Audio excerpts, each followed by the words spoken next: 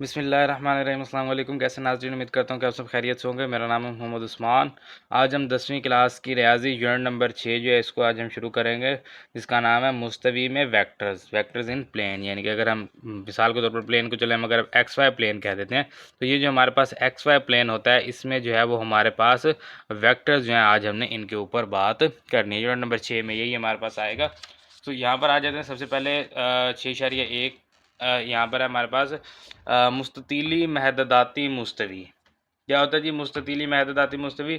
मुस्ततीली महददाती मुस्तवी उफ़क़ी ख़त एक्स महवर यानी कि ये एक्स महवर और अमूदी ख़त वाई महवर के तकाते से बनती है। तो ये अमूदी ख़त वाई महवर, तो इनके तकाता से जो हमारे पास एक शक्ल बनती है इसको हम कहते हैं मुस्ततीली महददाती मुस्तवी।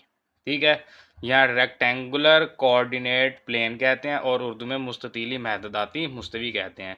जहाँ दोनों महवर मिलते हैं इसको मुबदा कहा जाता है। यानी कि ये जो नुक्ता है जहाँ पर ये मिलते हैं इसको मुबदा या ओरिजन 0 0 यानी एक्स भी 0 वाई भी 0 होता है, तो इसको मुबदा कहा जाता है। और ये महददाती मुस्तवी को 4 हिस्सों में तकसीम करता है। एक हिस्सा ये दूसरा, ये तीसरा और ये चौथा। इनको इस तरह से कहा जाता है, ये पहला रबा, ये दूसरा रबा, दूसरे रबा के नीचे तीसरा रबा और फिर ये चौथा रबा होता है, इस तरह से। ठीक है, एंटी क्लॉकवाइज।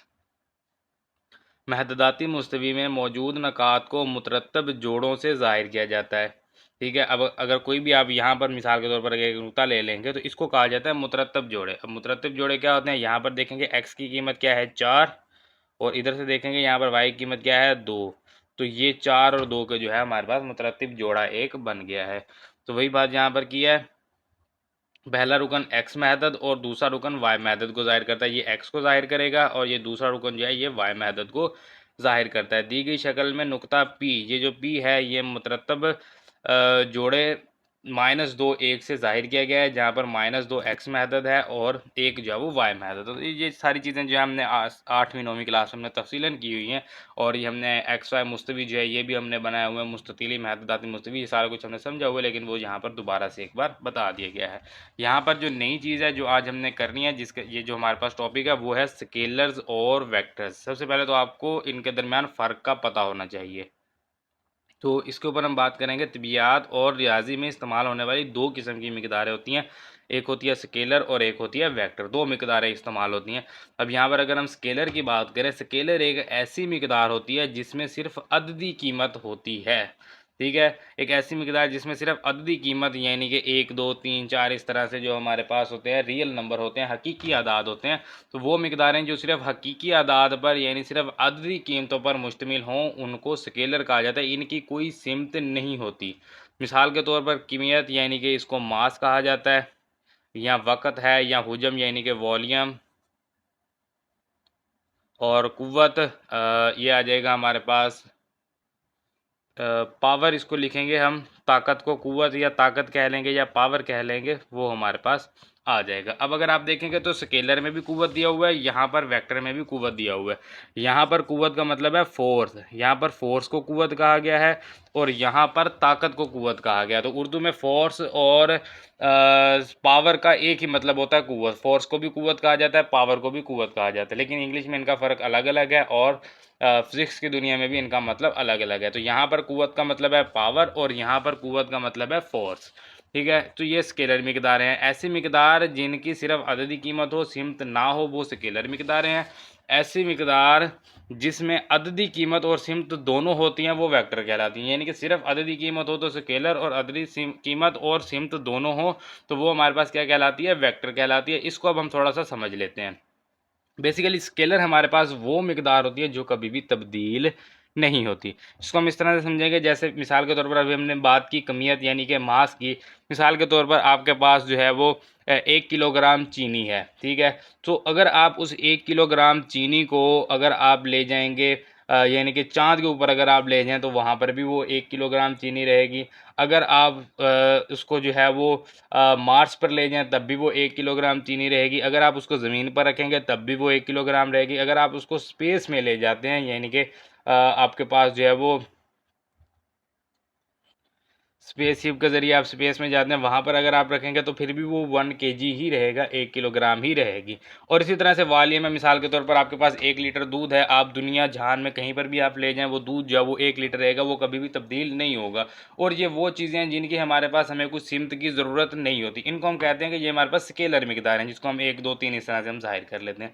लेकिन अगर हम बात करते हैं वेट की, मिसाल के तौर पर आपके पास जो है वो एक लकड़ियों का बंडल है, और आप उसको वो जो स्प्रिंग वाला होता है ना हमारे पास, जिसको हम कंडा कहते हैं आम जुबान में, और उर्दू में उसको तराजू कहा जाता है, तराजू आप कह लेंगे, जो स्प्रिंग वाला होता है, जिसमें आपने अक्सर देखा होगा जिससे कपास वगैरह जो है वो कपास वगैरह का वजन किया जाता है, उस स्प्रिंग वाले आप तराजू के ऊपर आप एक जो है वो लकड़ियों का बंडल जो है वो आप लटकाएं। अगर आप ज़मीन पर देखेंगे तो वो आपको उसका वेट देगा, मिसाल के तौर पर वो आपको उसका वेट दे देता है 30।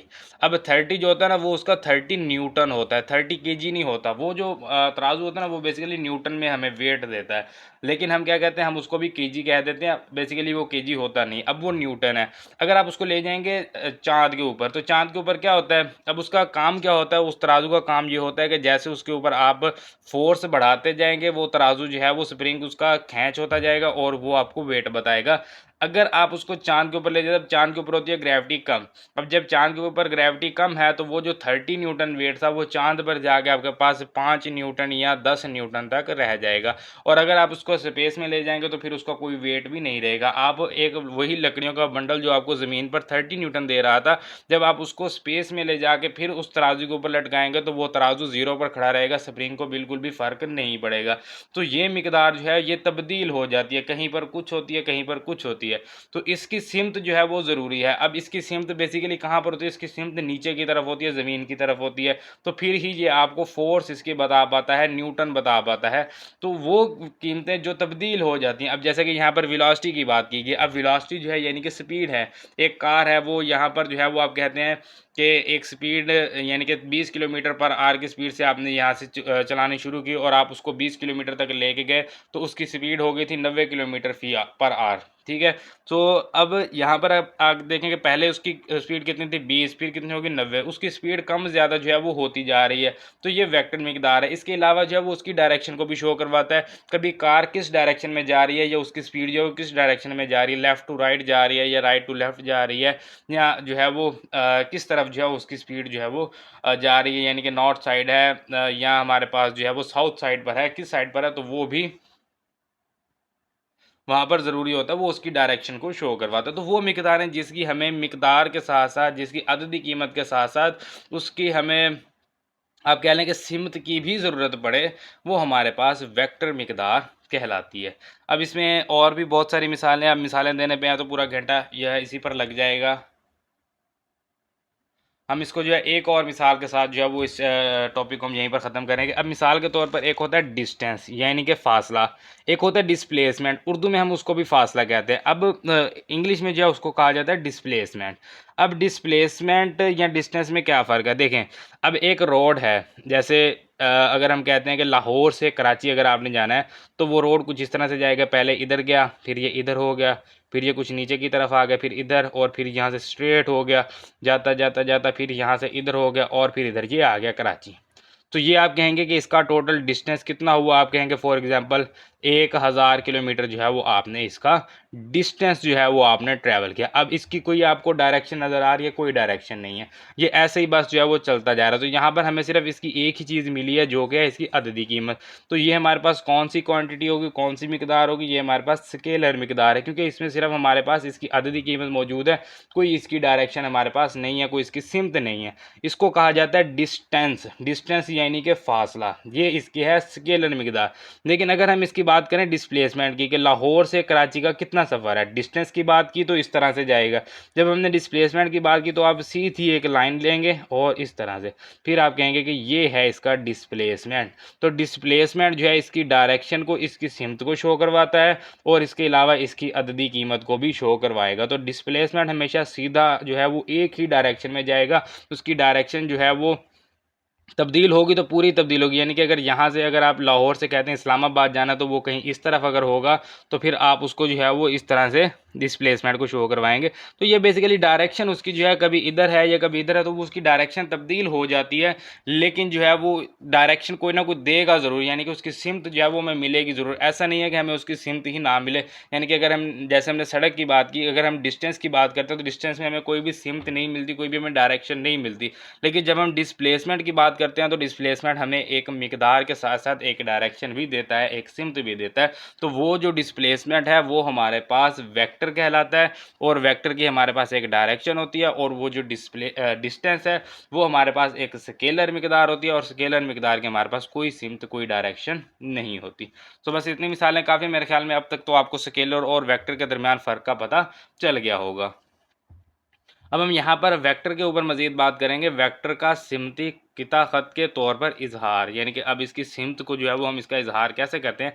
एक वेक्टर की एक टेल और एक हेड होता है। जैसे ये एक वेक्टर है तो ये ए जो है ये इसकी टेल है और बी जो है इसका हेड है, यानी कि जिस तरफ आप तीर लगाएंगे ना, ये तीर का निशान जिस तरफ लगेगा वो आपके पास हेड कहलाएगा। तो साथ दी गई शक्ल में टेल वाला नुक्ता ए इब्तदाई नुक्ता कहलाता है, और हेड वाला नुक्ता बी वेक्टर ए बी का इख्तितामी नुक्ता कहलाता है, और इसको कहा जाता है वेक्टर ए बी। ये वेक्टर ए बी है, इसको आप ए के नीचे इस तरह से लाइन लगा के भी आप शो करवा सकते हैं, और ए के ऊपर जो है वो आप ये जो है वो ए बी के ऊपर जिस तरह से एरो लगाएंगे, इस तरह से आप ए के ऊपर भी एरो लगा के इसको शो करवा सकते हैं। ये एरो का साइन होगा, यानी कि सीधी लाइन नहीं होगी, ये इसके ऊपर एरो लगाएंगे तब ये वेक्टर को शो करवाएगा।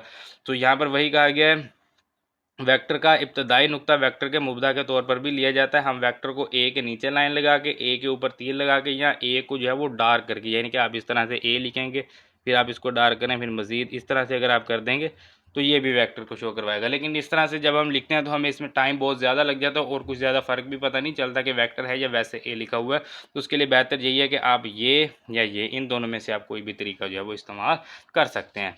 अब ऐसा वेक्टर जिसकी लंबाई दूसरे वेक्टर के बराबर लेकिन सिमत मुखालिफ हो, मनफी वेक्टर कहलाता है। जैसे ये वेक्टर इधर जा रहा है, ये वेक्टर इधर, इसका सिर्फ तीर का निशान इधर है, इसका इधर है, तो अगर ये वेक्टर ए है तो ये माइनस ए वेक्टर होगा। दो वेक्टर ए और बी मसावी कहलाते हैं अगर उनकी अददी कीमत और सिमत एक जैसी हो, कितना नज़र उनमें इब्तदाई नुक्ता कहाँ पर है। ठीक है, अब जैसे ये हमारे पास वेक्टर ए है और ये वेक्टर बी है, देखें वेक्टर ए और बी की मिकदार बराबर है, उनकी सिमत भी एक जैसी है। अब इसका इब्तदाई नुक्ता आप फ़र्ज़ कर लें कि यहाँ पर x की कीमत है 0 और y की कीमत है 0, यहाँ पर x की कीमत है 4, y की कीमत है 0। एक हम बात करें, जैसे ये है हमारे पास, अब एक वेक्टर जो है वो आपका यहाँ से गया है और दूसरा वेक्टर जो है वो आपका यहाँ से गया है। अब ये दोनों वेक्टर, अब इसका इब्तदाई नुक्ता आप देखेंगे तो x की कीमत क्या है, यहाँ पर 2.5 है, यहाँ पर x की कीमत क्या है 0। तो अब उनका इब्तदाई नुक्ता चाहे कहीं पर भी हो उससे हमें कोई फ़र्क नहीं पड़ता, हमने सिर्फ ये देखना है कि वेक्टर का साइज़ बराबर हो और उनकी सिमत बराबर हो, यानी एक ही सिमत में हो, सिमत एक जैसी हो और साइज़ में बराबर हो, तो वो उस वेक्टर जो है वो हमारे पास मसावी वेक्टर कहलाते हैं। ऐसा वेक्टर जिसका इब्तदाई और इख्तितामी नुक्ता एक ही हो, यानी कि यहाँ से वेक्टर शुरू हुआ और यहीं पर ही ख़त्म हो गया, तो वो एक ही नुक्ता जो है वो उसका इब्तदाई और इख्तितामी नुक्ता, तो वो सिफर वेक्टर कहलाता है। सिफर वेक्टर की कोई लंबाई नहीं होती, तो उसकी लंबाई होगी ही नहीं, क्योंकि जहाँ पर शुरू हुआ वहीं पर एंड हो गया, यानी शुरू होने से पहले ही आप कहेंगे कि ये तो शुरू होने से पहले ही ख़त्म हो गया, तो वही बात होगी। तो भाई उसका जहाँ पर शुरू होगा वहीं पर ख़त्म हो जाएगा, तो वो हमारे पास सिफर वेक्टर कहलाएगा, क्योंकि उसकी कोई लंबाई नहीं है। सिफर वेक्टर हर वेक्टर के मतवाज़ी होता है, ये हर वेक्टर का, यानी कि अगर ये वेक्टर है तो आप कहेंगे कि ये सिफर वेक्टर के मतवाज़ी है, ये भी सिफर वेक्टर के मतवाज़ी है, ये भी सिफर वेक्टर के मतवाज़ी है, ये माइनस वाला सिफर वेक्टर के मतवाज़ी, कोई भी आप वेक्टर लेंगे तो वो सिफर वेक्टर के मतवाज़ी होगा, क्योंकि ना तो उसकी कोई डायरेक्शन है ना उसकी कोई लंबाई है, सिफर वेक्टर के पास कुछ भी नहीं है। ठीक है, वेक्टर की अब तक मेरे ख्याल में आपको समझ आ गई होगी। अब हम मज़ीद इसके ऊपर बात कर लेते हैं, वेक्टर और महददात। जब एक डायग्राम में कार्तीसी महददाती निज़ाम का इजाफा किया जाता है तो हर वेक्टर के इब्तदाई और इख्तितामी नकात हेड और टेल दोनों को महददात तफवीज़ करना मुमकिन हो जाता है। इस तरह इन वेक्टर्स को इनके महददात की शक्ल में ज़ाहिर किया जाता है, जिसे हम मौसर तौर पर वेक्टर से मुतल्लिका सवालात हल करने के लिए इस्तेमाल करें। यानी कि अगर हमारे पास एक नुक्ता ये है और अगर एक नुक्ता ये है, तो हम कहते हैं कि इनके दरमियान जो डिस्प्लेसमेंट है तो उसको अगर हम एक वेक्टर से ज़ाहिर कर देंगे तो ये हमारे पास वेक्टर्स और महददात आ जाएंगे। अब कोई भी अगर आपने यहाँ पर एक नुक्ता लिया तो उसको आप क्या कहेंगे कि ये महदद है। ठीक है, यही हमने बात की थी यहाँ पर अभी हमने बात की थी। ये क्या होते हैं, मुतरत्तिब जोड़े क्या होते हैं। महददाती मुस्तवी में मौजूद नकात को मुतरत्तिब जोड़ों से ज़ाहिर किया जाए। किस में होता है, मुस्ततीली महददाती मुस्तवी में। मुस्ततीली महददाती मुस्तवी में, तो ये क्या कहलाएगा, इसका महददात कहलाएगा। तो कोई भी महददात को अगर आप, यानी कि अगर दो महददात के दरमियान अगर आप डिस्प्लेसमेंट ले रहे हैं तो उसको अगर आप एक वेक्टर से ज़ाहिर करवा देंगे तो वो आपके पास जो है क्या होता है कि मुतल्लिका सवाल हल करने के लिए इस्तेमाल कर सकते हैं। तो इसका जब हमारे पास इस्तेमाल होगा तो हम इसके ऊपर बात कर लेंगे। अभी हम यहाँ पर आ जाते हैं पोजीशन वेक्टर के ऊपर। सर इससे पहले इसको थोड़ा सा और भी आगे थोड़ा सा डिटेल इसकी दी है। इस अमल को आसान बनाने के लिए हम महददाती महवरों के साथ दो खसूसी वेक्टर्स मुतारफ़ करवाते हैं, एक्स महवर के साथ आई वेक्टर और वाई महवर के साथ जे वेक्टर। यानी कि अगर हमारे पास ये एक मिसाल के तौर पर अगर एक वेक्टर है तो इसकी जो एक्स डायरेक्शन होगी उसको आई वेक्टर कहते हैं और इसकी जो वाई डायरेक्शन होगी उसको जे वेक्टर कहते हैं। अब कोई भी वेक्टर है उसकी बेसिकली दो डायरेक्शन होती है, वो ये बताता है कि एक्स की तरफ कितना है और वाई की तरफ कितना है। तो दो डायरेक्शन होती हैं, एक्स वाली डायरेक्शन को आई और वाई वाली डायरेक्शन को जे से ज़ाहिर किया जाता है। ये दोनों वेक्टर मुब्दा से शुरू होते हैं और अपने मुतल्लिका महवरों की मस्बत सिमत की तरफ इशारा करते हैं। मुब्दा से यानी कि ये सिफर से शुरू हुए और ये बता रहा है, आई बता रहा है कि ये कितना एक्स की तरफ जाएगा और जे बता रहा है कि कितना वाई की तरफ जाएगा। तो ये बेसिकली वेक्टर जो है ये यहाँ पर जाकर रुका, एक्स की तरफ यहाँ पर और वाई की तरफ यहाँ पर, तो यहाँ पर आके ये वेक्टर रुकेगा। तो इसकी मदद से हमें आई और जे की मदद से हमें इनकी डायरेक्शन जो है वो ज़्यादा आसानी से मिल जाती है। अब हम आ जाते हैं जी पोजीशन वेक्टर के ऊपर। पोजीशन वेक्टर क्या होता है, हमारे पास फ़र्ज़ करें 0 0 जो है वो ओ जो है वो 0 0 मुब्दा है और पी पॉइंट है हमारे पास एक्स वाई मुस्तवी में कोई नुक्ता है, तब वेक्टर क्या होंगे। अगर हमें आई डायरेक्शन चाहिए तो हम आई कैसे निकालेंगे, हम कहेंगे एक्स माइनस जीरो, यानी कि .2 माइनस .1, एक्स माइनस जीरो ये आई की डायरेक्शन है और वाई माइनस ज़ीरो जो है ये जे की डायरेक्शन है। तो एक्स माइनस ज़ीरो आई है, वाई माइनस जे ये ज़ीरो है, तो एक्स आई प्लस वाई जे जो है ये हमारे पास एक वेक्टर आ जाएगा जिसको हम पोजीशन वेक्टर कहते हैं, जो कि नुक्ता पी के मुब्दा ओ के लिहाज से पोजीशन वेक्टर कहलाता है। एक्स और वाई बिलतरतीब उफ़की और अमूदी जुज़ है, यानी एक्स जो है वो इसका उफ़ती आ जाएगा अदद और वाई जो है वो अमूदी जुज़ जो है वो आ जाएगा। वेक्टर की अददी कीमत क्या होती है, अब यहाँ पर जो है वो हम वेक्टर की ज़्यादा तफसील समझेंगे और यही वो मेन टॉपिक है जिसकी मदद से हमारी मश्क जो है हल होगी। वेक्टर की आपको तकरीबन जो है चीज़ें आपको यहाँ पर समझ आ जाएंगी। अब यहाँ पर बेसिकली होता क्या, हमने यहाँ पर बात की है कि ये हमारे पास कहाँ से शुरू होता है, ओरिजिन से। अगर मिसाल के तौर पर हमारे पास जो दो नुकते हैं, एक नुकता है पी और एक नुकता है हमारे पास क्यू, हम कहते हैं कि ये वेक्टर आप मालूम करें। एक नुकता हमारे पास x1 y1 है और एक नुकता हमारे पास x2 y2 है और ये कहा जाता है कि इसका वेक्टर मालूम करें, तो हम कहेंगे कि ये जो नुकता है ये क्या है, x1, ठीक है, और ये नुकता क्या है, x2।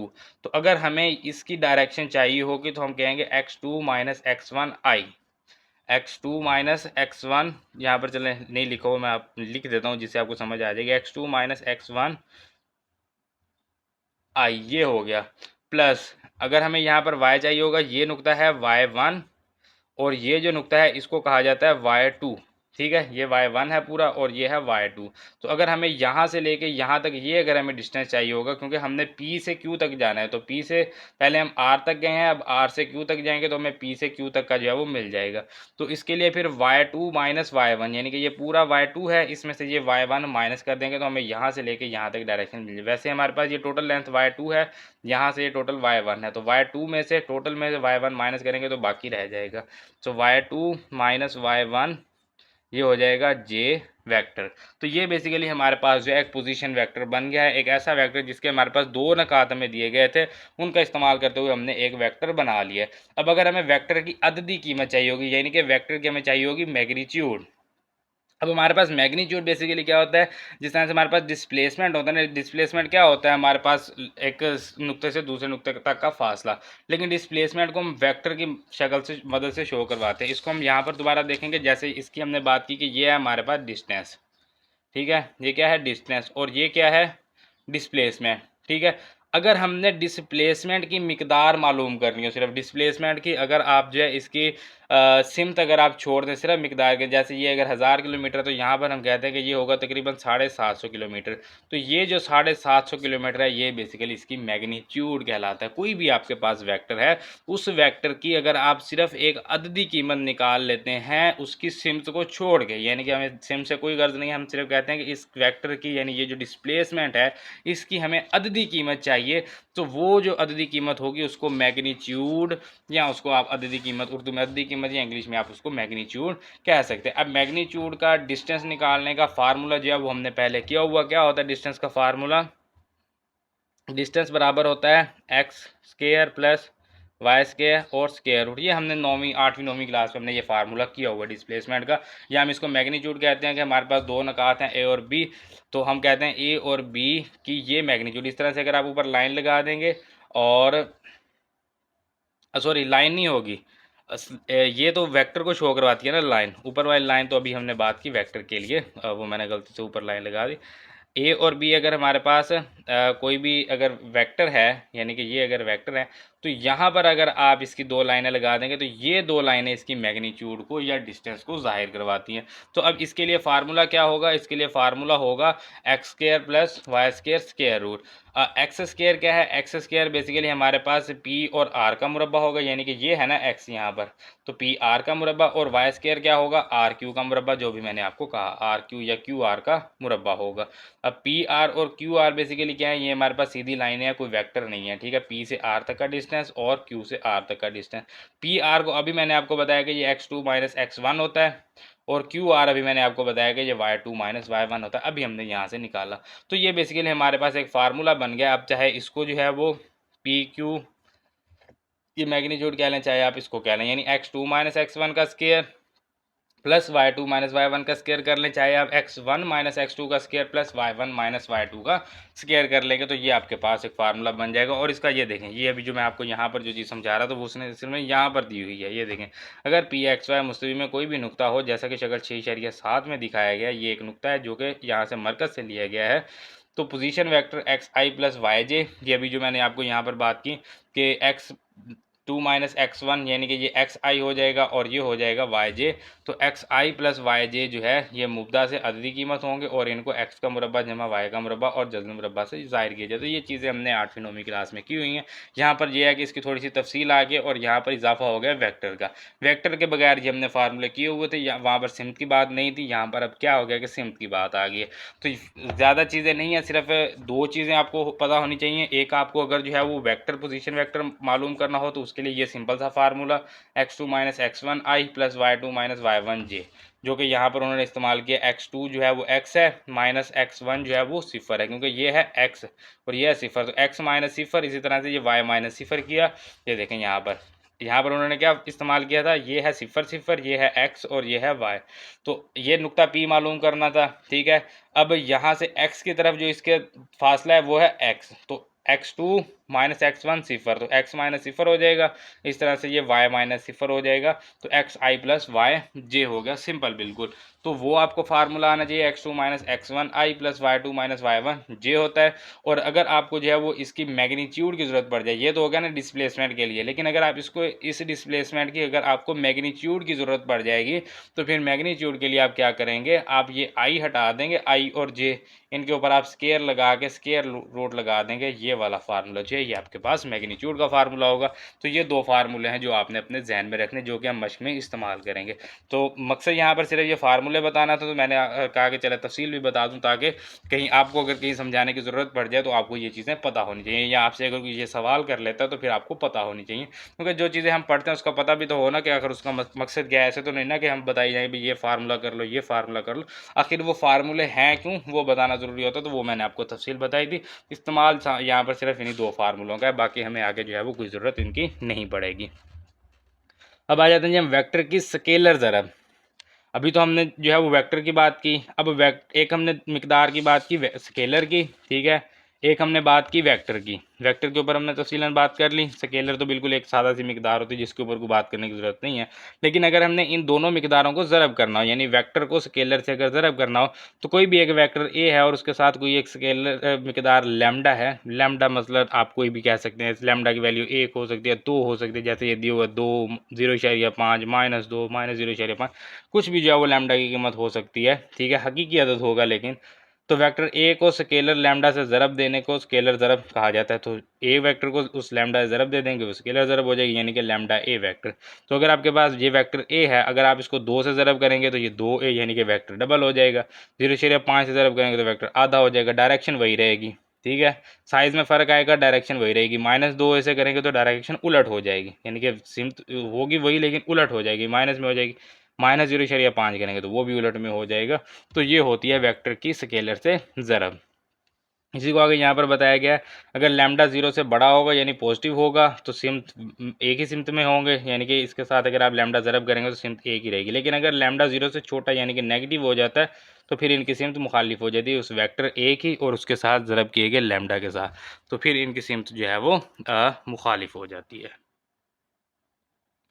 उसके बाद यहाँ पर एक नोट दिया हुआ है, इसको अगर हम देखें, अगर ए वेक्टर और बी वेक्टर बराबर हों तो ए और बी की एक जैसी सिमत होती है, उनकी सिमत जो है वो एक जैसी होगी, और उनकी जो मैग्नीट्यूड है यानी कि उनकी जो अददी कीमत है वो भी जो है वो बराबर होगी। अगर एक सिफर ए वेक्टर जो है वो सिफरी वेक्टर हो तो उनकी जो मैग्नीट्यूड है या उसकी जो अददी कीमत है, मैग्नीट्यूड ज़्यादातर इस्तेमाल जो है मैग्नीट्यूड ही कहा जाता है लफ्ज़, लेकिन अब क्योंकि उर्दू में आपकी किताब है तो ये जो चीज़ें हैं ना इनको उर्दू में समझना थोड़ा सा मुश्किल होता है, इंग्लिश में थोड़ी सी आसान होती है। जैसे मैग्नीट्यूड है और उर्दू में इसको अददी कीमत कहते हैं। अब अददी कीमत जो है वो हमारे पास जो है वो वेक्टर स्केलर को भी अददी कीमत कहा जाता है और मैग्नीट्यूड को भी अददी कीमत कहा जाता है। लेकिन इंग्लिश में क्या होता है कि हम स्केलर को स्केलर कहते हैं और इसको हम मैग्नीट्यूड कहते हैं अददी कीमत यहाँ पर। तो ये इसमें फ़र्क होता है। बेसिकली अगर आप मैग्नीट्यूड कहेंगे तो वो ज़्यादा आसान रहेगा, क्योंकि फिज़िक्स में इसको मैग्नीट्यूड ही कहा जाता है। तो फिज़िक्स से बेसिकली ये सवाल है। अब आ जाते हैं हमारे पास एक आखिरी टॉपिक है यूनिट वेक्टर। अब यूनिट वेक्टर क्या होता है? यूनिट वेक्टर एक ऐसा वेक्टर होता है जिसकी मैग्नीट्यूड एक हो यानी अददी कीमत एक हो, तो वो हमारे पास क्या कहलाएगा? यूनिट वेक्टर कहलाएगा, जिसकी मैग्नीट्यूड एक होती है। अगर एक वेक्टर ए कोई वेक्टर है तो उसके यूनिट वेक्टर को ए हैट यानी कि वेक्टर ए और उसके ऊपर हैट लगाएंगे तो ए हैट पढ़ा जाता है, से जाहिर किया जाता है। और इसकी तारीफ यूँ की जाती है, यानी कि एक वेक्टर ए है उसके ऊपर आप हैट लगा देंगे, ठीक है, वेक्टर ए के ऊपर आपने हैट लगा दी, या आप ऐसे कहेंगे कि वेक्टर ए है उसके ऊपर आपने ये हैट लगा दी, तो दोनों तरह से आप लिख सकते हैं। तो वेक्टर ए हैट बराबर किसके होता है? वेक्टर ए ओवर, तो इसको आप लिखेंगे vector A over vector A की मैग्नीट्यूड, या आप इस तरह से अगर लिखेंगे तो कहेंगे vector A over vector A की मैग्नीट्यूड। तो ये वेक्टर ए लिखने का तरीका होता है, चाहे आप नीचे लाइन लगाएं या ऊपर आप एरो लगा लें। तो ये तीसरा फार्मूला, यानी कि अभी 3 फार्मूले हो गए। पहला फार्मूला हमने किया डिस्प्लेसमेंट फाइंड करने का, दूसरा फार्मूला किया मैग्नीट्यूड फाइंड करने का, और तीसरा फार्मूला जो है वो हमारे पास यूनिट वेक्टर का। तो ये आपने करना है। बाकी जो है बस यही चीज़ें थी यहाँ पर करने वाली। बाकी हम मश्क को शुरू करते हैं और मज़ीद चीज़ें जो है वो हम मश्क में ही समझेंगे। तो ये जी मश्क 6.1 सवाल नंबर 1 है, इसका रबा बताइए जिनमें दिया गया हर एक नुक्ता वाक़या हो। तो ये है हमारे पास एक्स वाई मुस्तवी या एक्स वाई प्लेन आप इसको कह लेंगे। अब यहाँ पर क्या होता है? इधर होता है एक्स पॉजिटिव और इधर होता है एक्स नेगेटिव यानी कि माइनस। इधर वाई पॉजिटिव होता है और इधर होता है वाई नेगेटिव। अब पहला नुक्ता देखें 4 और 3, एक्स पॉजिटिव वाई पॉजिटिव यानी कि इस रबा में आ जाएगा। ये कौन सा रबा है? पहला रबा, तो इसको लिखेंगे पहला रबा, या पहला उर्दू में भी लिख सकते हैं, पहला रबा लिख लेंगे, फर्स्ट रबा लिख लेंगे।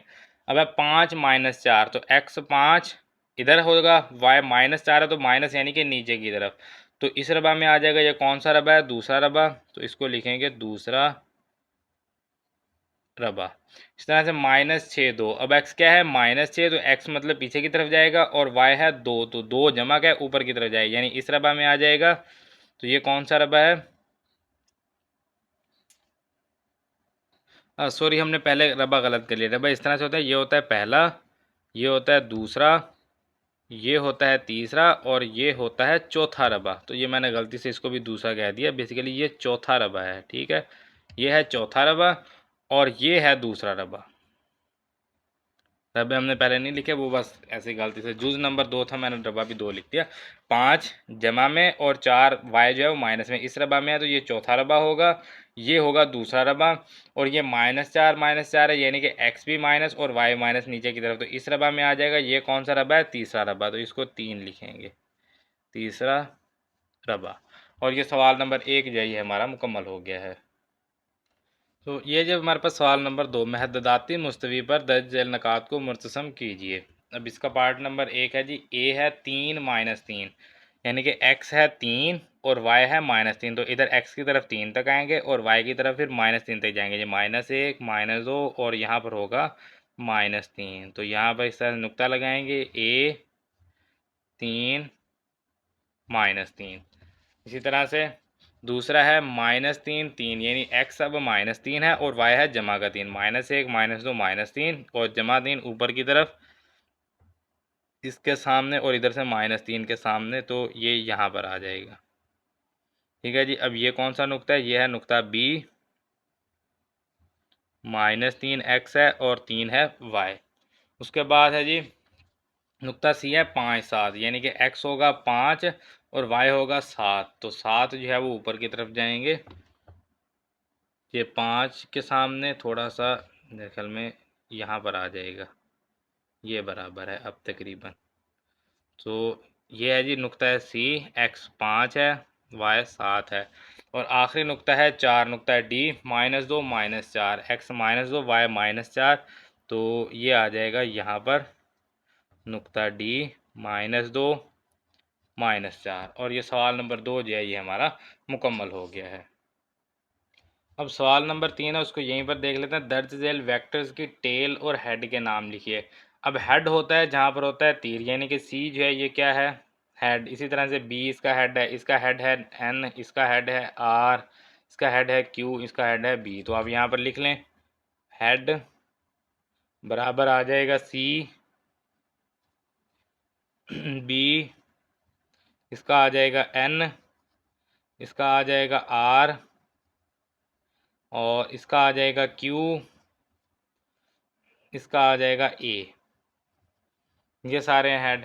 और इसी तरह से अगर आपने टेल लिखने होंगे तो फिर आप लिखेंगे टेल, और टेल में आ जाएगा D A M S P B. जहाँ से तीर शुरू हो रहा है वहाँ पर जो है वो उसका टेल होता है, और जहाँ पर जाए ख़त्म हो रहा है, जहाँ पर तीर का निशान होता है, वो होता है हेड। तो बस ये इसमें बताना था। तो ये सवाल नंबर 3 जो है ये मुकम्मल हो गया है। तो ये जब हमारे पास सवाल नंबर 4, वेक्टर ए बी को एक्स आई प्लस वाई जे की शक्ल में लिखिए। तो वही बात आ गई, ए और बी दो नुक्ते में दिए गए हैं और हमने डिस्प्लेसमेंट इनका मालूम करना है। बेसिकली हमने 3 ही फार्मूले किए हैं। एक हमने फार्मूला किया डिस्प्लेसमेंट का, यानी कि हमें इनको वेक्टर की शक्ल में लिखना है। दूसरा फार्मूला हमने किया है मैग्नीट्यूड यानी अददी कीमत का, और तीसरा फार्मूला यूनिट वेक्टर का। 3 ही फार्मूले हमने किए हैं। तो यहाँ पर वो पहला फार्मूला लगेगा डिस्प्लेसमेंट वाला। यहाँ पर लिखेंगे हम जानते हैं वेक्टर ए बी जो है ये बराबर होता है x2 - x1 आई प्लस y2 - y1 जे। ये फार्मूला मैंने आपको बताया था। तो x2 क्या है, ये है x1 y1, ये होगा x2 y2, यानी ये पहला नुक्ता जो a है वो पहला नुक्ता है, तो इसका x x1 होगा, इसका y y1 होगा। b दूसरा नुक्ता है, तो x जो है वो x2 होगा और y जो है वो y2 होगा। अब x2 है यानी कि -2 -x1 है 1। ठीक है जी, x2 - x1। इसी तरह से y2 - y1, ये i प्लस y2 है 4 -y1 है -7 और साथ में j है। तो -2 -1 -3 i प्लस 4 माइनस जमा 7 और ये आ जाएगा j। तो ये हो गया -3 i जमा 4 जमा 7 कितना होगा 11। तो ये है 11 जे। तो वेक्टर ए बी जो है वो हमारे पास आ गया -3 i जमा 11 जे। ये है इसका आंसर, जुज नंबर 1 मुकम्मल हो गया। तो ये जब हमारे पास जुज नंबर 2, हम जानते हैं वेक्टर ए बी जो है ये बराबर होता है x2 - x1 i plus y2 - y1 जे। तो x2 क्या है 12 -x1 क्या है 8 i प्लस y2 क्या है 3 -y1 क्या है 9 और ये आ जाएगा j। तो 12 - 8 4 i जमा 3 - 9 -6 और ये आ गया j। सो 4 i जमा -6 j। ये है वेक्टर ए बी जो हमें मालूम करने का कहा गया था। यह है इसका आंसर, जुज नंबर 2 मुकम्मल हुआ। इसके साथ सवाल नंबर 4 जो है ये मुकम्मल हो गया है। तो ये जब हमारे पास सवाल नंबर 5, ए वेक्टर की अददी कीमत मालूम कीजिए। अददी कीमत यानी कि मैग्नीट्यूड। तो हम जानते हैं जो मैग्नीट्यूड है उसका फार्मूला हमारे पास होता है एक्स का मुरब्बा जमा वाई का मुरब्बा और जज़रुल मुरब्बा। और अगर हमारे पास दो वेक्टर दिए होंगे उनके दरमियान अगर हमने मालूम करना है तो फिर ये वाला फार्मूला आ जाएगा और इनका स्केयर हो जाएगा, यानी कि x2 - x1 का मुरब्बा जमा y2 - y1 का मुरब्बा और जज़रुल मुरब्बा। तो यहाँ पर एक ही वेक्टर है तो फिर ये सिंपल आ जाएगा।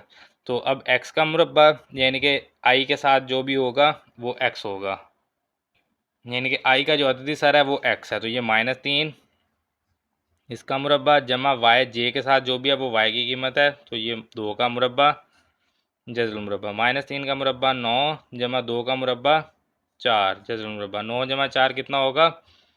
13 जज़ुल मुरब्बा। 13 का जज़ुल मुरब्बा नहीं होता, तो बस ये मैग्नीट्यूड लगा के इसको लिखेंगे आंसर। ये अददी कीमत आ गई, जुज़ नंबर 1 मुकम्मल हो गया।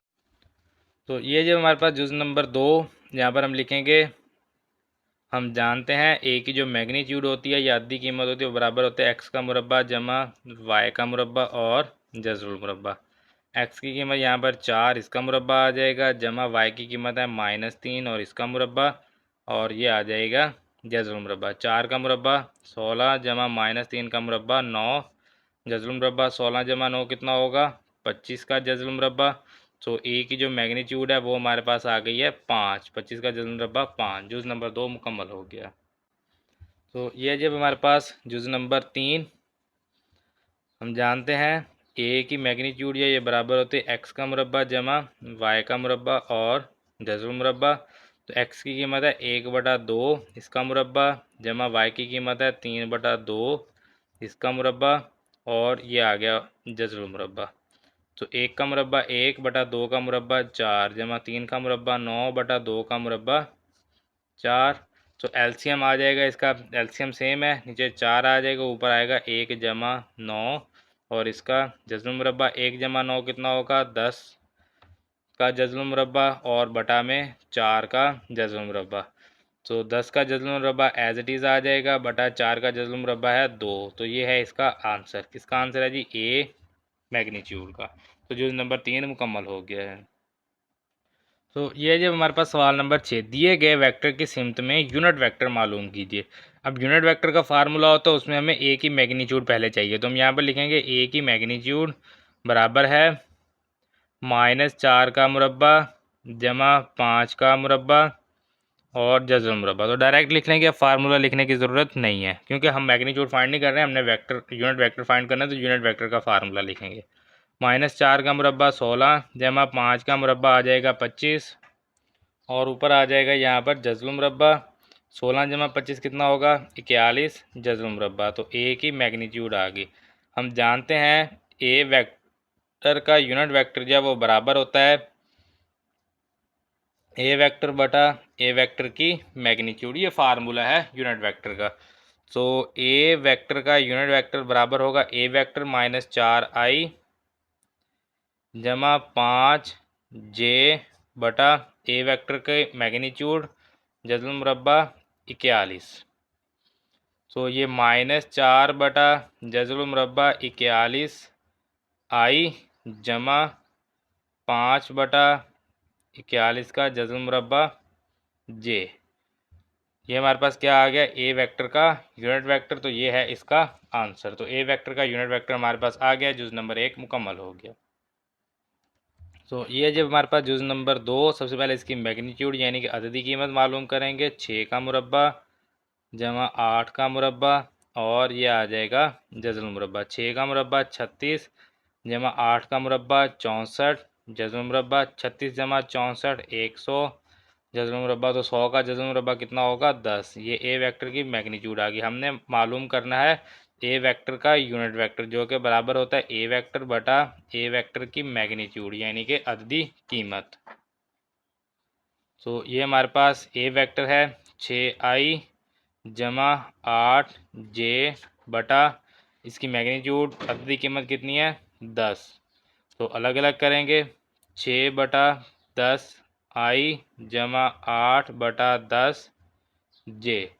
2 पे तकसीम करेंगे। 3/5i जमा 4/5j। ये हमारे पास ए वेक्टर का आ गया यूनिट वेक्टर। यह है इसका आंसर। जुज़ नंबर 2 मुकम्मल हो गया। तो ये जब हमारे पास जुज़ नंबर 3, सबसे पहले इसकी मैग्नीट्यूड यानी कि अददी कीमत मालूम करेंगे। 1 बटा जज़्ब मुरब्बा 6 का मुरब्बा जमा 1 बटा जज़्ब मुरब्बा 6 इसका मुरब्बा, और ऊपर आ जाएगा जज़्ब मुरब्बा। तो ये 1 का मुरब्बा 1 बटा 6 का जज़्ब मुरब्बा 6 है ना, और मुरब्बा ये जज़्ब मुरब्बा मुरब्बा से कट गया, 6 रह जाएगा जमा 1/6, और ये आ गया इसका जज़्ब मुरब्बा। तो एलसीएम सेम है, 1 जमा 1 जज़्ब मुरब्बा 1 जमा 1 कितना होगा?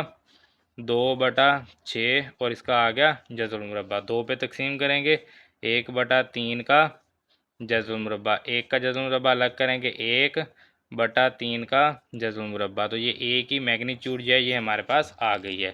अब हमें चाहिए ए का यूनिट वेक्टर। सो ए वेक्टर का यूनिट वेक्टर जो है वो बराबर होता है ए वेक्टर बटा ए वेक्टर की मैग्नीट्यूड। तो ए वेक्टर हमारे पास क्या है, 1/6 जमा 1/6 बटा इसकी मैग्नीट्यूड 1/3। ये है हमारे पास ए वेक्टर का यूनिट वेक्टर। अब ये देखें ये तकसीम हो रहा है ना, नीचे क्या है हमारे पास, we know that A over B over C over D. अगर इस तरह से हो तो हम क्या करते हैं, हम इसको लिख देते हैं ए बटा बी ज़रब इसको उलट कर देते हैं डी बटा सी। यानी कि ये जज़र मुरब्बा जो ये डी जो सबसे नीचे होता है ये सबसे ऊपर ए के साथ आके ज़रब होता है, और ये जो सी है ये बी के साथ ज़रब होता है। इस तरह से इनको ज़रब करते हैं तो बी और सी ज़रब हो जाते हैं, ए और डी ज़रब हो जाते हैं। तो जज़र मुरब्बा 3 को ऊपर ले आएंगे, जज़र मुरब्बा 3 इंटू 1/6 आई जमा 1/6 और इसके साथ आ जाएगा जे। तो जज़र मुरब्बा 3 को हम अंदर ज़रब कर देंगे, जज़र मुरब्बा 3/6 आई जमा जज़र मुरब्बा 3/6 जे। तो ये हमारे पास आ जाएगा, एक ही जज़र मुरब्बा में लिख देंगे 3/6 का जज़र मुरब्बा आई जमा 3/6 का जज़र मुरब्बा और इसके साथ आ जाएगा जे। 3 पे तकसीम करेंगे 1/2 जज़र मुरब्बा आई जमा 1/2 जज़र मुरब्बा जे। तो ए वेक्टर का यूनिट वेक्टर हमारे पास 1 का जज़र मुरब्बा 1 बटा जज़र मुरब्बा 2 एज इट इज़ आई जमा 1 का जज़र मुरब्बा 1 बटा जज़र मुरब्बा 2 जे। ये है इसका आंसर। जुज़ नंबर 3 मुकम्मल हो गया। तो ये है जब हमारे पास जुज़ नंबर 4। इसकी सबसे पहले मैग्नीट्यूड यानी कि अददी कीमत मालूम करेंगे, 1/2 का मुरब्बा जमा में -3/4 का मुरब्बा और ये आ जाएगा जज़रुल मुरब्बा। 1 का मुरब्बा 1/2 का मुरब्बा 4 जमा -3 का मुरब्बा जमा 9/4 का मुरब्बा 16 और ये आ गया इसका जज़रुल मुरब्बा। अब इसका एलसीएम यानी कि जुज़ाफ़े कल क्या आएगा, 16। 16 को ज़रब करेंगे 1 से, तकसीम करेंगे 4 पे, 16 ज़रब 1 16 तकसीम 4 करेंगे तो 4 आ जाएगा, जमा 16 को 9 पे ज़रब करके 16 से तकसीम करेंगे, 16 16 से कट जाएगा, सिर्फ 9 रह जाएगा और ये आ गया इसका जज़रुल मुरब्बा। तो 9 जमा 4 कितना होगा, 13/16 और इसका आ जाएगा जज़रुल मुरब्बा। अब 13 का जज़रुल मुरब्बा वैसे ही आ जाएगा। 16 का जज़रुल मुरब्बा कितना होता है, 4। तो ये ए की मैग्नीट्यूड आ गई हमारे पास। ए वेक्टर का यूनिट वेक्टर हम जानते हैं किसके बराबर होता है, ए वेक्टर बटा ए वेक्टर की मैग्नीट्यूड। सो वेक्टर ए जो है वो हम यहाँ पर लिखेंगे 1/2 आई -3/4 जे और बटा में आ जाएगा इसकी मैग्नीट्यूड जज़रुल मुरब्बा 13/4। तो जैसा कि मैंने आपको बताया था कि ये उलट हो जाते हैं, यानी कि 4 ऊपर वाली के साथ ज़रब होगा और 13 इसके साथ ज़रब होगा। तो इसको हम लिखेंगे 4/जज़रुल मुरब्बा 13, ये हो गया ज़रब 1/2 आई -3/4 जे के साथ। ठीक है जी, तो इनको हम ज़रब कर लेंगे 4/जज़रुल मुरब्बा 13 ज़रब 1/2 आई, इसी तरह से -4/जज़रुल मुरब्बा 13 ज़रब 3/4 जे। तो 4 को 2 पे तकसीम करेंगे, 2/जज़रुल मुरब्बा 13 आई -4 को 4 पे तकसीम करेंगे, ख़त्म हो जाएगा 3/जज़रुल मुरब्बा 13 जे। ये हमारे पास क्या है, ए वेक्टर का यूनिट वेक्टर और ये है इसका आंसर। जुज़ नंबर 4 जो है ये हमारा मुकम्मल हुआ। इसी के साथ सवाल नंबर 6 जो है ये मुकम्मल हो गया है। ये जब हमारे पास सवाल नंबर 7, अगर ए बी और सी दिए गए वेक्टर हों तो ए जमा बी माइनस 3c के मतवाजी यूनिट वेक्टर मालूम कीजिए। तो पहले तो हमें ये वेक्टर चाहिए होगा, फिर हम उसके मतवाजी जो है यूनिट वेक्टर मालूम करेंगे। तो इसको हम लिख लेते हैं, फ़र्ज़ करें, इसको कोई नाम दे लें वेक्टर का, इसको हम कह देते हैं वेक्टर यू जो है ये बराबर है ए जमा बी माइनस 3c। ये वेक्टर हैं तीनों, ठीक है। तो यूनिट वेक्टर यू जो है ये ए 5i माइनस 7j जमा बी है माइनस आई माइनस जे माइनस 3c है 2i जमा 3j। तो 5i माइनस 7j जमा माइनस माइनस आई माइनस जे माइनस 3 ज़रब 2 6i माइनस जमा माइनस 3 ज़रब 3 9j। तो 5i माइनस आई, तो 5 माइनस 1 4, 4 माइनस 6 करेंगे तो माइनस 2i हो जाएगा। और इसी तरह से जो है वो हमें चाहिए जी आगे माइनस 7j और माइनस जे, माइनस 7 और माइनस 1 ये हो जाएगा हमारे पास -8, -8 -9, तो ये कितना हो जाएगा माइनस का 17, और ये आ गया जे। ठीक है, ये हमारे पास यूनिट वेक्टर यू आ गया। अब हमें इसकी चाहिए मैग्नीट्यूड। तो मैग्नीट्यूड -2 का मुरब्बा जमा में -17 का मुरब्बा, और ये आ जाएगा जज़्र मुरब्बा। तो -2 का मुरब्बा 4 जमा -17 का मुरब्बा, इसके लिए हमें कैलकुलेटर की ज़रूरत पड़ेगी। तो बस 17 का मुरब्बा कर लेते हैं, माइनस जो है वो तो ऑटोमेटिकली प्लस हो जाएगा। तो 299 आ जाएगा इसका जज़्रुल मुरब्बा। तो 299 जमा 4 करेंगे, ये हो जाएगा 293 जज़्रुल मुरब्बा। तो 293 का जज़्रुल मुरब्बा जो है वो हम मालूम कर लेते हैं। तो यही रहेगा, इसका जज़्रुल मुरब्बा आगे हम नहीं निकाल सकते। तो बस इसको लिखेंगे, यू वेक्टर की मैग्नीट्यूड हम जानते हैं, यू वेक्टर का यूनिट वेक्टर बराबर होगा वेक्टर यू बटा वेक्टर यू की मैग्नीट्यूड। वेक्टर यू लिखेंगे -2i माइनस 17j बटा इसकी मैग्नीट्यूड है 293 का जज़्र मुरब्बा। अलग अलग कर लेंगे जी, -2 बटा जज़्र मुरब्बा 293i माइनस 17 बटा जज़्र मुरब्बा 293j। तो ये आ गया वेक्टर यू का यूनिट वेक्टर, और ये है इसका आंसर। सवाल नंबर 7 जो है ये हमारा मुकम्मल हो गया है। तो ये जब हमारे पास सवाल नंबर 8, अगर ए बी और सी दिए गए वेक्टर हों तो 3a जमा 2c माइनस 4b के मतवाज़ी यूनिट वेक्टर मालूम कीजिए। तो इसको हम फिर पिछले सवाल की तरह लिखेंगे, फ़र्ज़ करें, यूनिट वेक्टर यू को हम ले लेंगे एक वेक्टर जिसका हम यूनिट वेक्टर मालूम करेंगे, और ये है 3a जमा 2c minus 4b। 3a vector है 3i माइनस जे जमा 2 सी है, सी वेक्टर है i जमा 2j माइनस 4, बी वेक्टर है -2i जमा 4j। 3 ज़रब 3 9i माइनस 3j जमा 2i जमा 2 ज़रब 2 4j माइनस माइनस जमा हो जाएगा, 4 ज़रब 2 8i माइनस जमा माइनस 4 ज़रब 4 16j।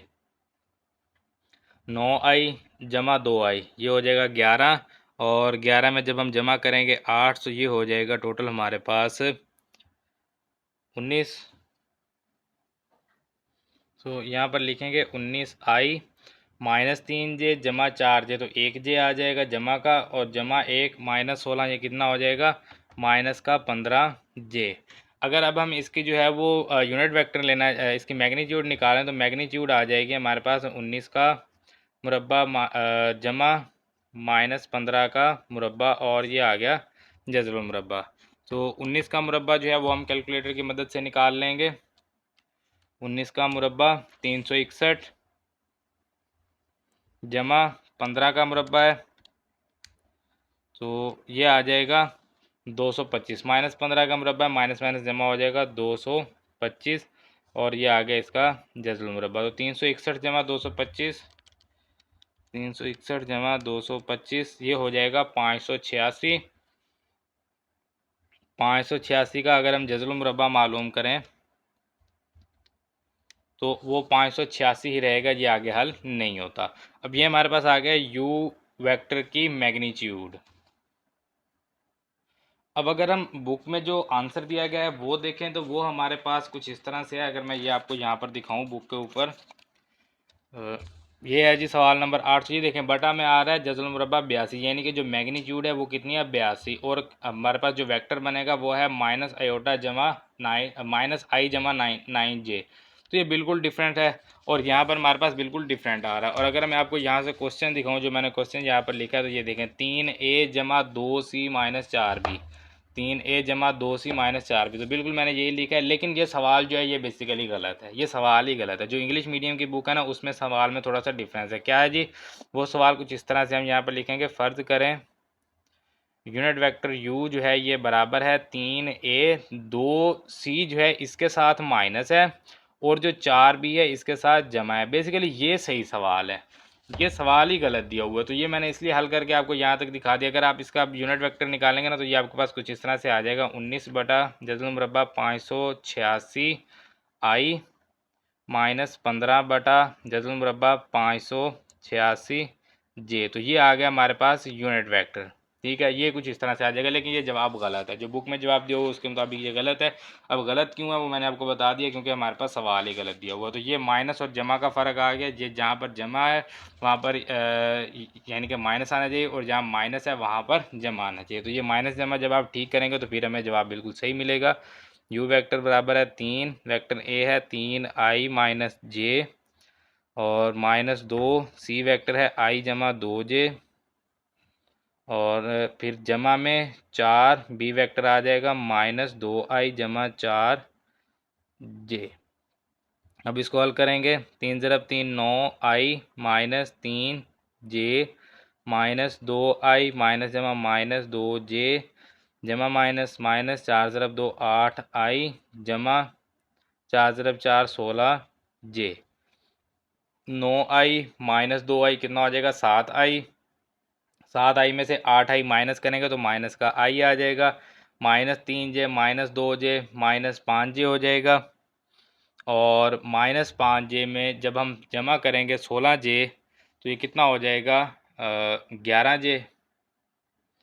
ये तो हमने अभी 9j, ये सॉरी ये देखिए 2 ज़रब 2 4 था, ये मैंने 2j लिख दिया, माइनस जमा माइनस 2 ज़रब 2 यहाँ पर 4 आना है, ये गलती से 2 लिख दिया। अब देखें -3 -4 -7, -7 में जमा करेंगे 16 तो 9, अब ठीक है जमा 9j, क्योंकि अभी हमने देखा ना आंसर वहाँ पर 9 था तो यहाँ से फिर पता चल गया गलती है, तो ये सही होगा जी 9j हो गया अब हमारे पास।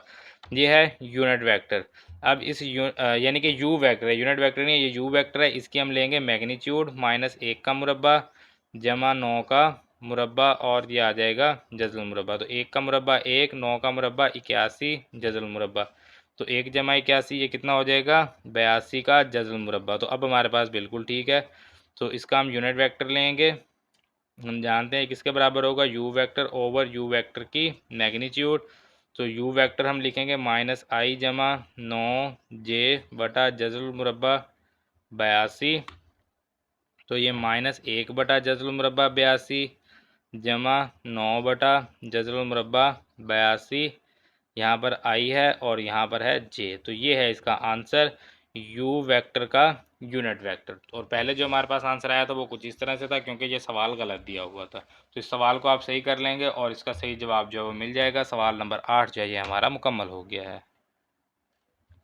तो ये जी हमारे पास सवाल नंबर 9, दर्ज झेल में से कौन से वेक्टर मतवाजी हैं। अब हमने कहा था कि कोई भी दो वेक्टर ए और बी उस वक़्त मतवाजी होते हैं जब उनके साथ कोई भी एक अदद लैम्डा जो है वो ज़रब हो रहा हो और वो दोनों बराबर हो। इस तरह से जो कंडीशन है वो हमारे पास बराबर होते हैं। अब यहाँ पर अगर हम देखें तो बी जो है वो बड़ा है और ए जो है वो छोटा है, क्योंकि ये 12 है ये 6 है, तो हम वेक्टर बी को यहाँ पर लिख लेते हैं बराबर है 12i जमा 2j। तो अगर हम यहाँ से 2 जो है वो कॉमन निकाल लें, मुश्तरक निकाल लें, तो यहाँ पर 6i जमा j रह जाएगा। तो 6i जमा j ये वेक्टर ए है, तो बी वेक्टर बराबर है 2 वेक्टर ए। तो इसका मतलब ये है बस सो हम यहाँ पर लिखेंगे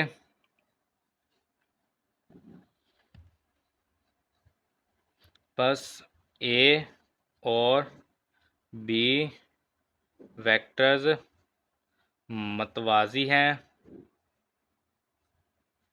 जहां लैम्डा बराबर है 2। लैम्डा की कीमत यहाँ पर कितनी है? 2। और ये दोनों क्या है?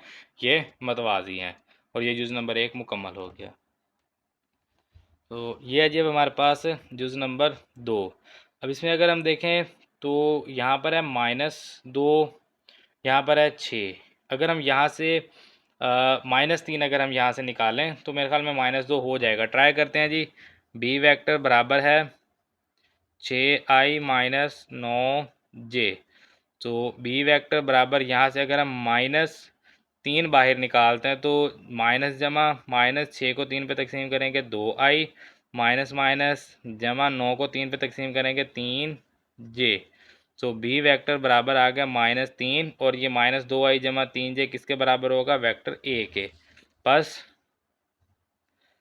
ए और बी वेक्टर्स मतवाजी हैं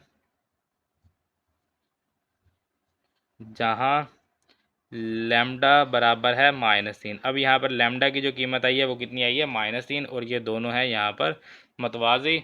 और जुज़ नंबर 2 भी मुकम्मल हो गया। तो ये जी जुज़ नंबर 3। अब ए वेक्टर है 5i-4j और बी वेक्टर है 6i-3j। अब देखें ये 5 है, ये 6 है, तो हम इनको जो है यहाँ से हम 2 या 3 मुश्तरिक निकाल सकते हैं, लेकिन ये नहीं बन सकते। यानी कि कुछ भी मुश्तरिक निकालने से ये बराबर नहीं हो सकते। तो यहाँ पर लिखेंगे हम देख सकते हैं कि ए और बी वेक्टर्स में लैम्डा मुश्तरिक नहीं है जिसकी मदद से हम इसको ए बराबर यहाँ इसको लिख लेंगे हम बी, चलो लिख लेते हैं बी वेक्टर बराबर है लैम्डा ए। जिस तरह से हमने पहले ये निकाले हैं, बी को किया ना, बी बराबर है 2a, बी बराबर है -3a, तो बी बराबर है लैम्डा ए। हम इसको बी बराबर लैम्डा ए में, जिसकी मदद से हम इसको ये देखें, हम देख सकते हैं कि ए और बी वेक्टर्स में लैम्डा मुश्तरिक नहीं है, जिसकी मदद से हम इसको बी बराबर लैम्डा ए में नहीं लिख सकते। जिसकी वजह से लिख देंगे, जिसकी वजह से हम इसको बी बराबर लैम्डा ए में नहीं लिख सकते।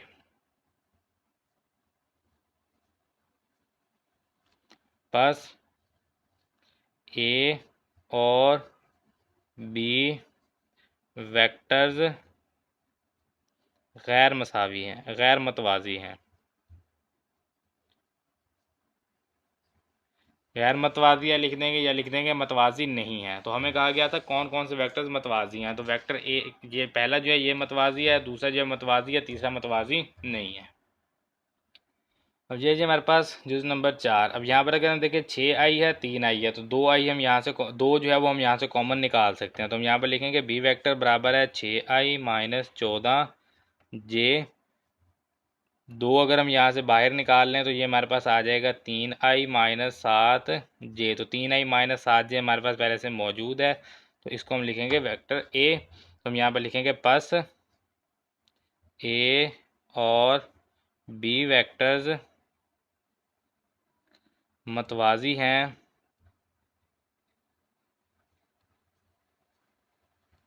जहाँ लैम्डा बराबर है 2। ठीक है जी। बस ए और बी वेक्टर्स मतवाजी हैं जहाँ लैम्डा की कीमत कितनी है? अब 2 है। तो ये जुज़ नंबर 4 मुकम्मल हो गया। सवाल नंबर 9 में जुज़ नंबर 1, 2 और 4 जो है ये मतवाजी हैं, जुज़ नंबर 3 मतवाजी नहीं है। तो सवाल नंबर 9 जो है ये हमारा मुकम्मल हो गया है। तो ये जब हमारे पास सवाल नंबर 10, एक ऐसा वेक्टर मालूम कीजिए जो 3i-2j से 3 गुना हो, यानी कि इससे 3 गुना बड़ा हो। और यहाँ पर बड़ा भी चल लिख लेंगे, 3 गुना बड़ा हो, लेकिन उसकी सिमत मुखालिफ हो, सिमत में जो है वो उलट हो। तो हम यहाँ पर लिखेंगे फ़र्ज़ करें u बराबर है 3i-2j। जो दिया गया वेक्टर है उसको हमने लिख लिया u। मतलूबा वेक्टर क्या है?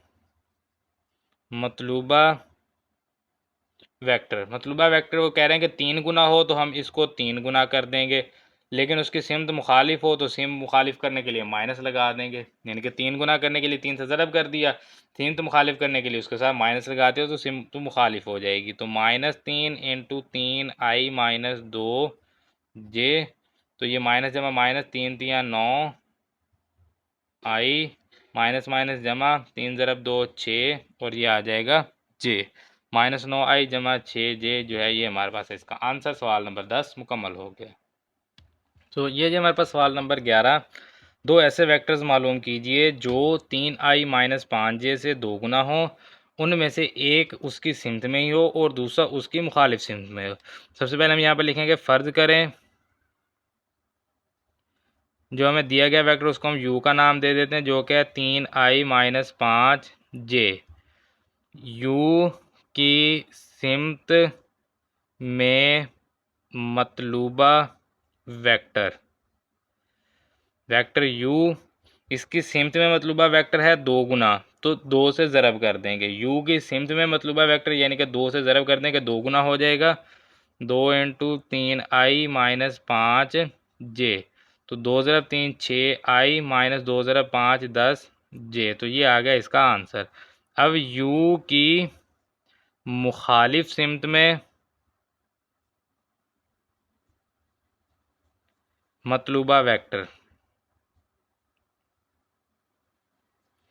तो अब क्या होगा कि u की मुखालिफ सिमत मतलूबा यानी कि 2 गुना हो लेकिन सिमत क्या हो मुखालिफ हो, तो अब इसको -2 से ज़रब करेंगे, तो -2 इंटू 3i-5j, तो ये हो जाएगा -6i माइनस माइनस जमा 2 ज़रब 5 10 जे, तो ये उसी सिमत में 2 गुना हो गया, ये उसकी मुखालिफ सिमत में 2 गुना हो गया। यही दो हमें वेक्टर मालूम करने का आ गया, तो ये हमने मालूम कर लिए और सवाल नंबर 11 जो है ये हमारा मुकम्मल हो गया है।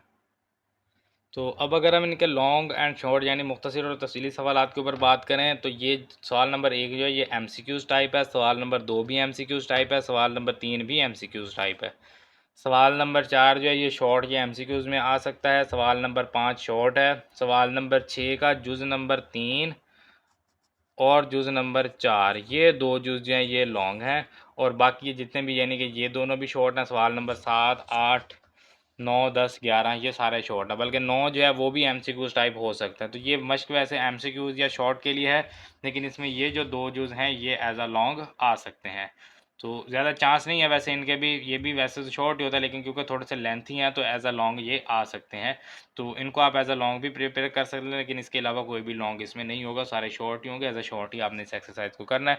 तो मैं 6 जो है ये मुकम्मल हो गया। इंशाल्लाह अगले लेक्चर में मश्क 6.2 को हल करेंगे। मिलते हैं फिर इंशाल्लाह अगले लेक्चर में अगली मश्क के साथ, तब तक अपना ख्याल रखिए, दुआ में याद रखिए। अल्लाह हाफिज़।